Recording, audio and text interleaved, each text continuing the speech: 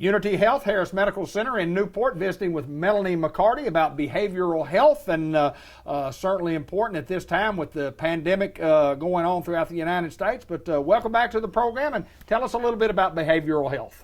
Behavioral health is what we use to encompass everything from situational things like you're dealing with grief, you're having depression related to that, or anxiety related to a new job or starting new school.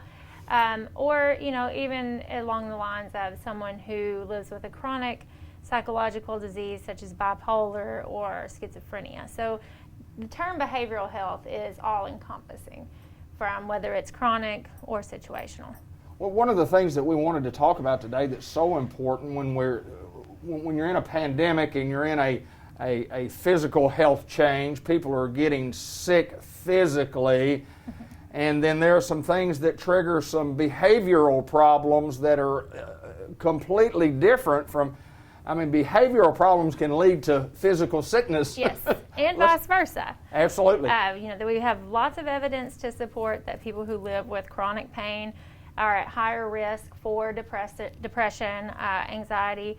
So really want to stress right now, Unity, we're here with you. We're all going through this hard time together. With everything going on with COVID-19, we're living in some unprecedented times, and in all honesty, it's a traumatic situation. Every time we turn on the TV, we're seeing something horrific, even though it's several states away. Here in Arkansas, we're very fortunate that we haven't had to deal with that at the same level. Sure. But the uncertainty is hard for all of us. So what we want to do is just remind the community that we do have resources.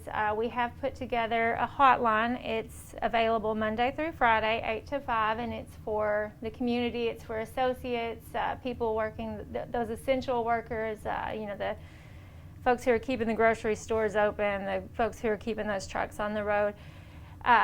You can call that. It's 501-380-CARE, and that is for people who are dealing with depression, anxiety, fear related to the outcome of COVID-19. When you're in a home setting, which is kind of different now, you've got kids that are not in school, you've got parents that are not at work, and you have parents seeing children more than they would normally see them, and maybe having caretakers, taking care of our most vulnerable people. Mm-hmm. What are some of the signs that we might look for that might trigger us to think, well, there may be a problem here that I need to call? So that is a good point. We do see a lot of people who maybe were acting as caretaker towards their elderly loved one. Things that you may be seeing now that maybe you weren't seeing as much of is, forgetting new or recent information. If you have a loved one that asks the same question over and over, frequently repeats themselves because they're not remembering what was said 5 or 10 minutes ago, that's a good sign.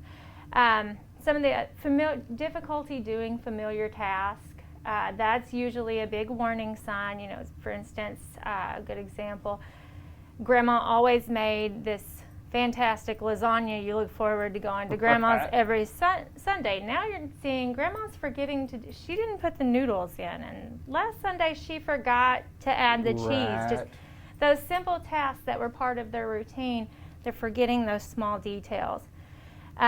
Getting confused about place and time. I think we all do that to some degree, but Sure. When it becomes a chronic, consistent problem, that's going to be a warning sign. You see worse judgment, impulsive behavior, things that are uncharacteristic, changes in personality. Say before, maybe your mother or your elder was just real sweet, calm, and now they're just snapping at you and seeming to do things just to irritate you, that they've had that change in their personality. That's a warning sign. So with those signs, the first thing you would want to do is contact our outpatient provider here, Sure. and that's our Clarity Health and Wellness Clinic. Mm-hmm. And in response to the COVID epidemic, what we've done is now we have access to a lot more telehealth. So at this point in time, you can actually contact your provider and talk to a professional without ever leaving your home. Okay. So that's an option. If you have access to a smartphone, to a laptop, you can use the telehealth options. And then, of course, if you're the caretaker, there's some things that you need to do to be taking care of yourself, because unfortunately that cognitive memory impairment, that disease affects everyone differently. Everyone's journey is a little bit different, and it's often the caretaker who has to adjust. Just some basic things that you want to remember as you're dealing with your loved one at home is don't ever argue with them, whether or not their point of view is based in fact, that's their reality. So arguing will often lead to more agitation or anxiety. Try to understand that their ability for logic and reason is diminishing. And also remember to try not to take things personally. You know, again, we mentioned the change in behavior, maybe doing some things, acting aggressively, kind of lashing out at family. That's not about you, that's the disease that's making your loved one act that way. And the best thing that a person can do is just become educated about the disease process, what you're going to be dealing with, what type of medications are available. You'll want to work with that outpatient provider to help stabilize your loved one. And the education will help you down the road when it's time to make some harder decisions.